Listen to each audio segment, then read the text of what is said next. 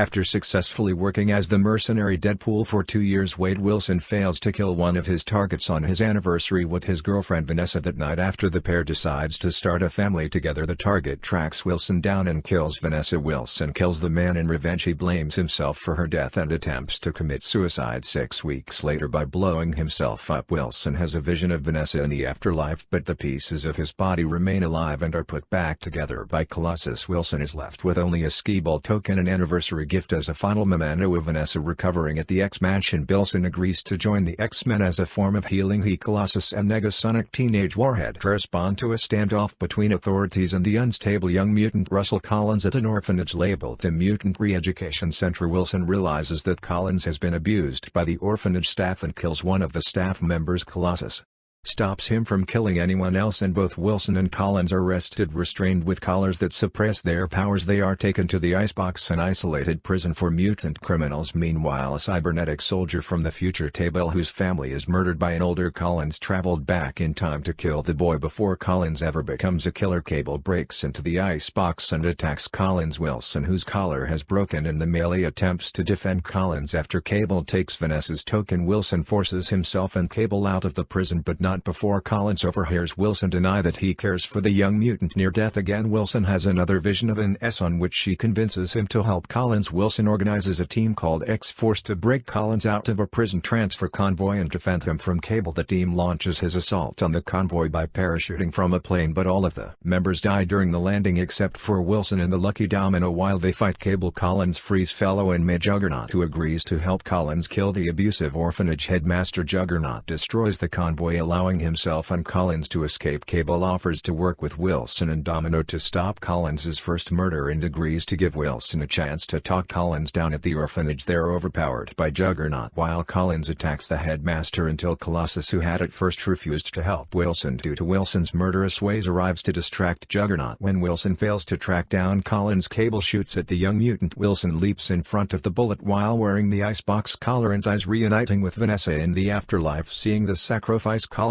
does not kill the headmaster. This changes the future so that Cable's family now survives. Cable uses the last charge on his time-traveling device, which he needed for returning to his family, to go back several minutes and strap Vanessa's token in front of Wilson's heart. Now when Wilson takes the bullet for Collins, it is stopped by the token and both survived. Collins still has his change of heart, and afterwards the headmaster is run over by Wilson's taxi driver friend Dopinder. In a mid-credits scene, Negasonic Teenage Warhead and her girlfriend Yukio repair Cable's time-traveling device for Wilson. He uses it to save the lives of Vanessa and X-Force member Peter, and kills both X-Men Origins Wolverine's version of Deadpool and actor Ryan Reynolds while he was considering starring in the